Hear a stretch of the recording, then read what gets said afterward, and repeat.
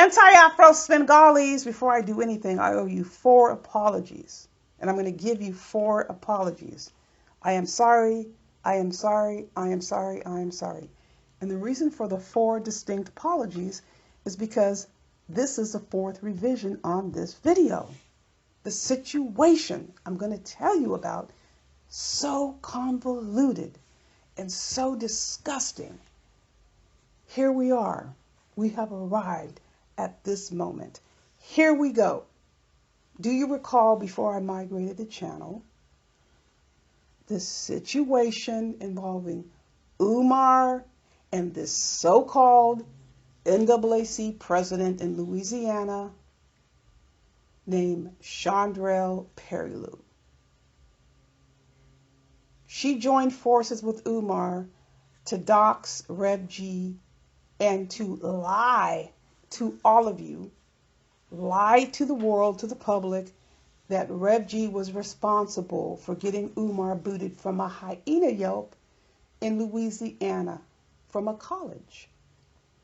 That college shall remain nameless. I am, however, showing you the title of the administrator who made that decision. Rev G wrote a letter on the 9th of March, the same day I called the 9th of March to put in my protest about Umar speaking at this hyena Yelp. However, Umar had already been booted on the 5th of March. It already occurred. It was already a done deal. Someone else had already sent information, or some people.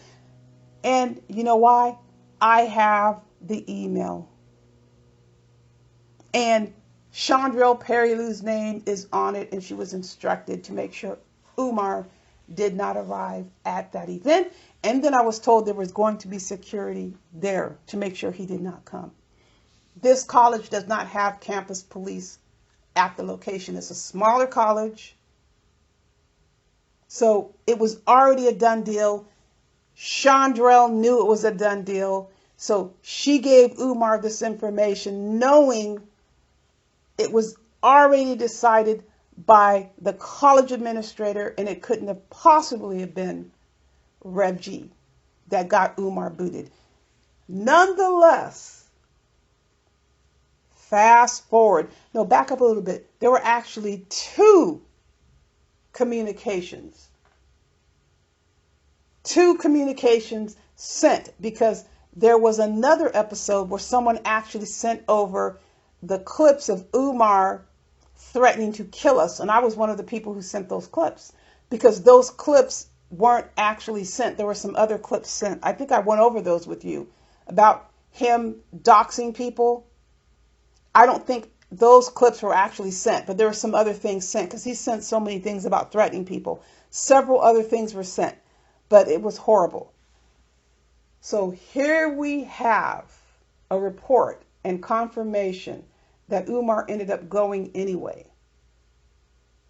Ended up going to the event anyway, despite the fact that a college administrator directed this NAACP president not to have Umar there. Let me explain the relationship. The NAACP holds their meetings at this college, so they are given the courtesy, the permission to hold their meetings at a college, and they completely disregard and disrespect the college's wishes. So whoever wants to say ha ha ha, think about it. So you have a person who completely disrespects the host, who was giving them a free space to hold their meetings.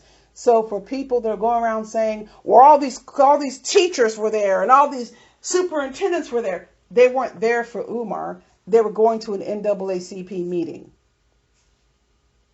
And interesting, they were saying that this Chandrell Perry Lou was helping Umar sell copies of the Kinko's print job. You know, the one that doesn't have any citations, and when he's disparaging and bashing the black community. I don't care about that.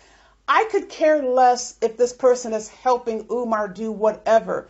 Fact of the matter is that she's a foul person for disrespecting the people who are giving her a free space to hold meetings. Now, we all know that a lot of NAACP chapters across the nation may be strapped. I haven't even taken the time to look up the status of this NAACP's finances, but I can tell you one thing. I bet you they're funded by white people.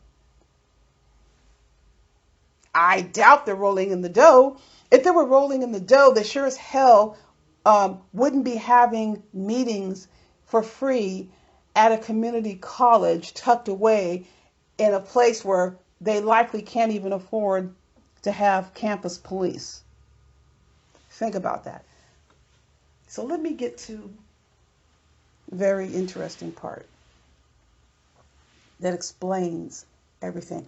I'm actually not surprised by this whole thing. And it's important that you are certain to go to the link down at the bottom. Please click on the link and hear how Chandrell Perry Lou describes herself. She's insisting that you refer to her in a certain manner and give her a certain title.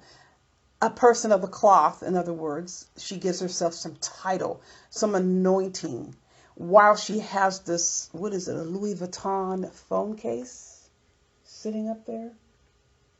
It is vile. It is so offensive. And let me tell you some other things, which brings me to the appropriate term of NAACP, where Chandrell Perry Lou is concerned. It stands for the Negligent Association for the Advancement of Criminal People. That applies to her. And let me explain what I'm talking about. I absolutely do not support criminal record shaming. I strongly believe a person who has been through the justice system, he or she has paid their debt to society, they have moved on, they're living, I am not saying a perfect life because no one is perfect. They are a relatively law-abiding person. They do the best they can in life. They have separated themselves from the criminal element. And when you say criminal element, you really have embraced a life that doesn't include treachery, deceit, lying, getting over. And I'm not talking about hustling. When you have a hustle, that's not what I'm talking about. We all know what I'm talking about. So let me tell you this. This Chandrell Perry Lou is by no means reformed. She was convicted of passing bad checks. I think it was like $9,000. I think it was back in 2012. Okay, she committed this crime. I don't even think that's really the worst of it. Really, I don't. What's even worse, she didn't complete her restitution, and then she tries to run for state representative in Louisiana. She was denied a spot on the ballot because she hadn't even completed restitution on the crime. She was appealing. She has a right to appeal. I have no issue with that.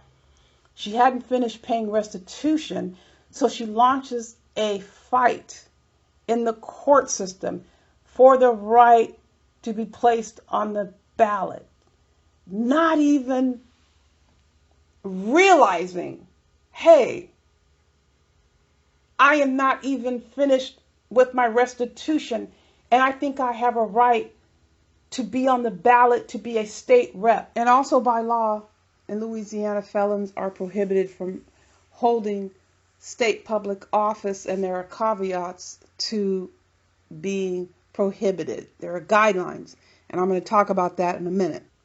What is wrong with this picture? And then you think about what happened with the college. Just disregard. Absolutely no regard. I'm not done, people. And I put the article down at the bottom in the court case.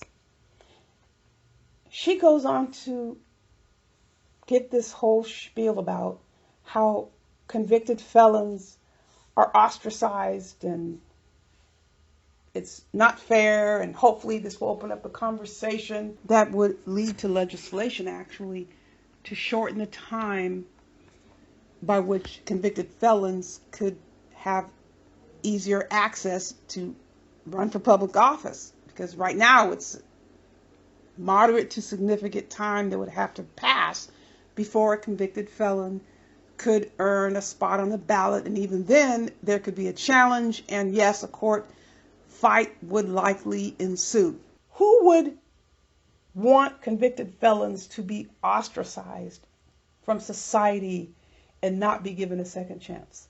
Who would want that?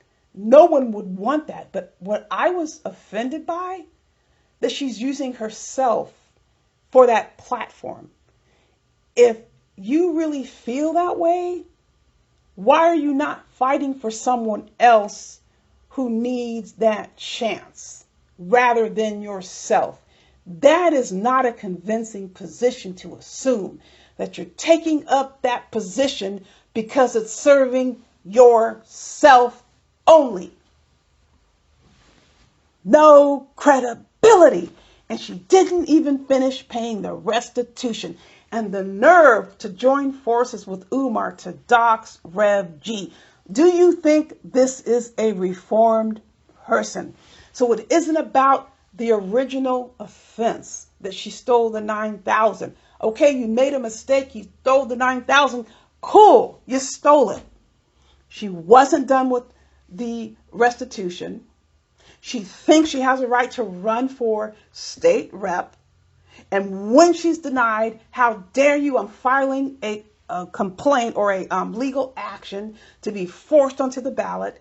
And when I don't get it, how dare you, because I'm a convicted felon. I am sorry. She does not fit that category. Who fits a category is someone who is removed from their felony, like 10 years removed, because typically they like to use the 10-year rule. If you have a felony and it's been 10 years or close to it since you have been entangled with the law, like a serious issue, then that gives an opening that you are rehabilitated, that you are reformed. She hadn't even paid the restitution. Get the picture, people? But wait, I am not done yet. Then she goes and she thinks that she has a right to be placed on the ballot to be the justice of the peace. You're going to be hearing certain types of cases on the county level. And she kicked up a dust storm because she wasn't placed on the ballot to be the justice of the peace. You're going to be deciding cases. Oh my gosh. And how dare you, was her disposition. How dare you deny me this position? And here comes another court case. Look at the big picture, people. This is a person who teamed up with Umar Johnson to dox Rev G. This is the person who disregarded the campus administrator who decided, who had allowed this person to hold meetings for free on the campus, and there would be a contract that you go by the rules of the campus. You are under the campus director. You listen to what the campus director says. They have told you this person is not allowed on the campus, and you completely disregard what the person says. Do you think this is a reformed person? This is a trustworthy person. Forget Umar Johnson. It doesn't even matter that it's Umar Johnson. This is not a trustworthy person. This isn't a person that should be running anything. I don't even want to look up the NAACP record. I don't even want to find out what's happening with that NAACP because I already gave you what it stands for.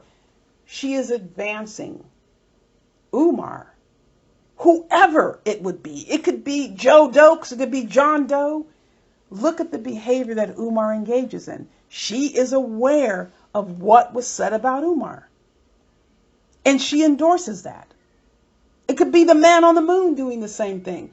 She's all too willing to go along with criminal behavior. And why? Because she isn't far enough removed from the criminal behavior. And it doesn't matter that Umar hasn't been charged. There are a lot of people who haven't been charged with behavior they should be held accountable for. So you have people engaging in behavior that they have not accepted is wrong. There's always excuses. And I am absolutely saying, I'm even putting aside the appeal. You have a right to appeal your convictions. Okay, yes, you have a right to say, hey, this isn't fair. I want to file the, right to be put on the ballot. Okay, fine. But she wasn't finished with her restitution. She wasn't finished with restitution and still felt she had the right, which means there is no insight into what she did. And now we have this.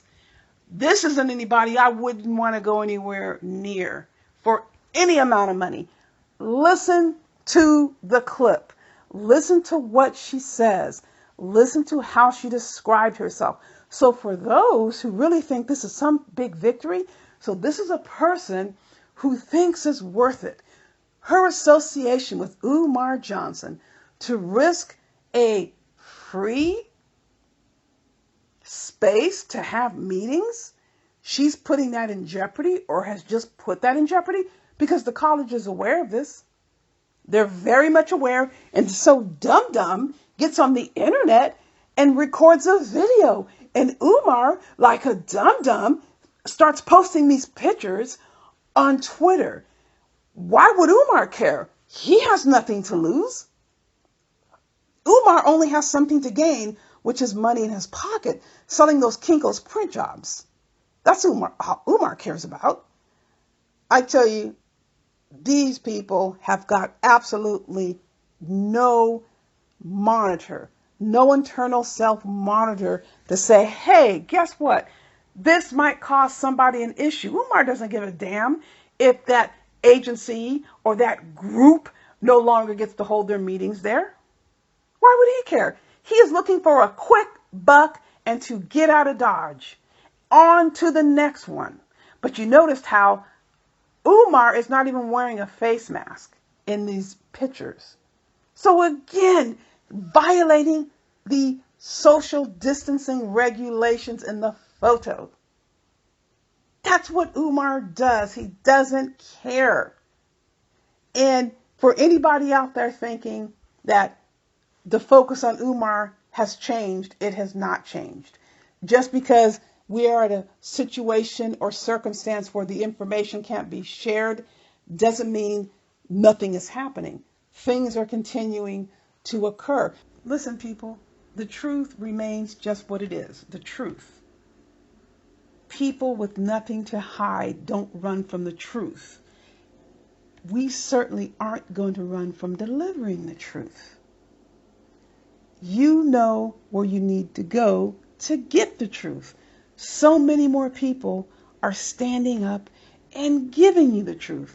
It's there for you to see, to hear, to experience. That's exactly what you're going to be getting. And boy, oh boy, you better hang on because you're ready to go for a big ride. There is so much information. The truth is being delivered. 100% unadulterated truth. Don't touch that dial. You know the drill. Fire. Beware.